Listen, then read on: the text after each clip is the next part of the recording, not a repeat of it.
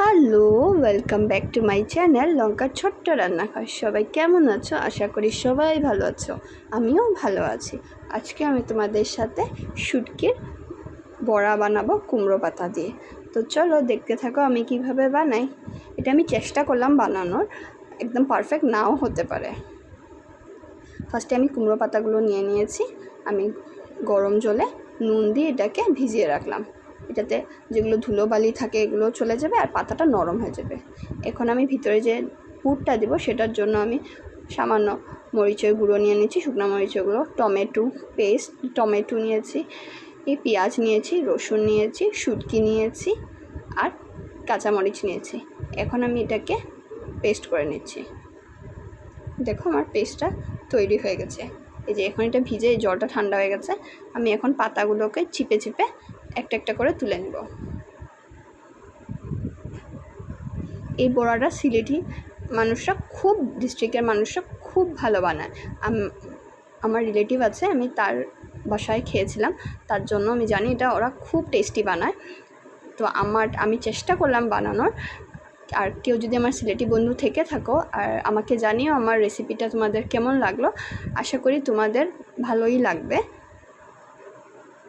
এখন দেখো আমি একটা ব্যাটার বানিয়ে নিচ্ছি। তাতে আমি চালের গুঁড়ো, সামান্য নুন, সামান্য চিনি আর হলুদ দিয়ে জল দিয়ে ব্যাটারটা আমি গুলে নিচ্ছি।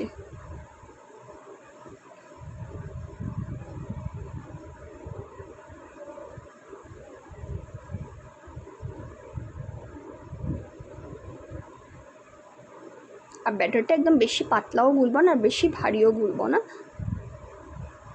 এখন আমি পুরটাকে কড়াইতে বানিয়ে নিচ্ছি। দেখো আমি সর্ষের তেল দিয়েছি, তারপর আমি পেঁয়াজগুলো ভেজে নেব।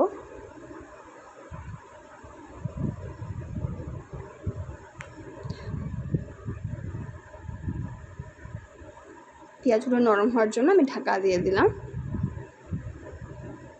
1 মিনিট মান ঢাকা দিয়েছি, তারপর তুলে নিয়েছি। এখন আবার ভাজা ভাজা করে নিচ্ছি।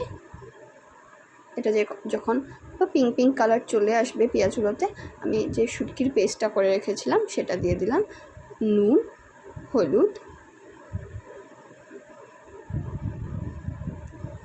দিয়ে এখন সুন্দর করে এটাকে মিশিয়ে নেব।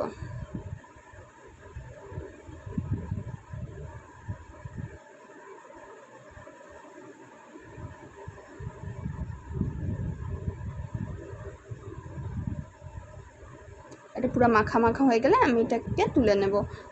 দেখো আমার পুরটা রেডি, আমি তুলে নিয়েছি। এখন আমি পাতাটা একটা একটা করে কুমড়ো পাতা নিয়ে নিচ্ছি। আর আমি তো আসাম থাকি। আসামে এশিয়ার সবচেয়ে বড় ড্রাই ফিশ মার্কেট, মানে আসামের সবচেয়ে বড় ড্রাই ফিশ মার্কেট এটা হলো জাগি রোডে। তো খুব বড় মার্কেট হয় এটা। এখানে অনেক ধরনের বিভিন্ন রকমের ড্রাই ফিশ পাওয়া যায়। বাট ওটা হোলসেল মার্কেট, খুচরো বেচে না ওরা, তারা মানে সব হোলসেল। এশিয়াতে সব জায়গায় এখান থেকেই যায়, প্রায় 90% এখান থেকেই যায়, জাগি রোড আসাম থেকে। আর আমি তার কিছু 2 ঘন্টা ডিস্টেন্সেই সামনেই থাকি।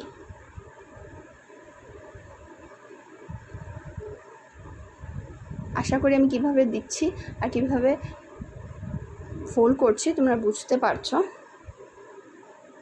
আর যদি আমার কোনো প্রসেসে ভুল হচ্ছে সো প্লিজ, ওটা আমি নতুন, আমি চেষ্টা করলাম, তার জন্য তো মাফ করে দিও।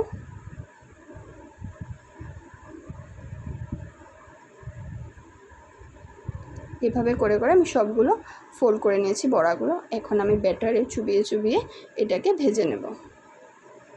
আর আমি এটা ভাজছি রিফাইন অয়েলেই ভেজে নিচ্ছি।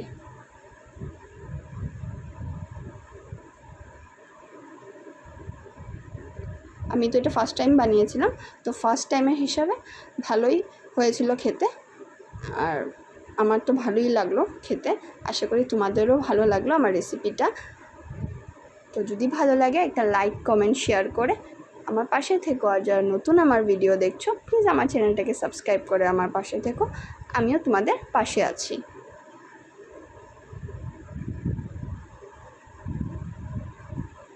দেখো সুন্দর করে গোল্ডেন ব্রাউন করে আমি ভেজে নিয়েছি। এখন এগুলোকে আমি একটা একটা করে তুলে নেব।